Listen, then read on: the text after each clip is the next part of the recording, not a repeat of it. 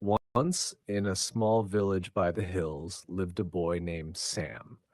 Sam was always smiling and happy. No matter what happened, he found a way to stay cheerful. One day, an old man named Mr. Albert came to the village.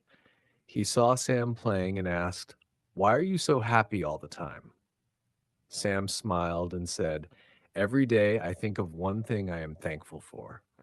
The old man gave Sam a little stone and said, "Keep this stone.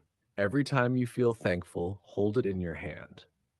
Sam started using the stone. In the morning, he said, "Thank you for the sunshine." At night, he said, "Thank you for the stars." Soon, the villagers noticed Sam's happiness and started using their own stones.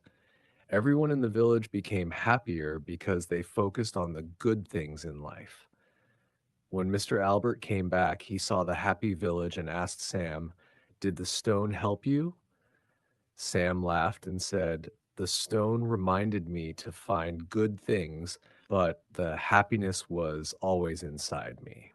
From that day, the village became the happiest place around because everyone learned to be thankful and find joy every day.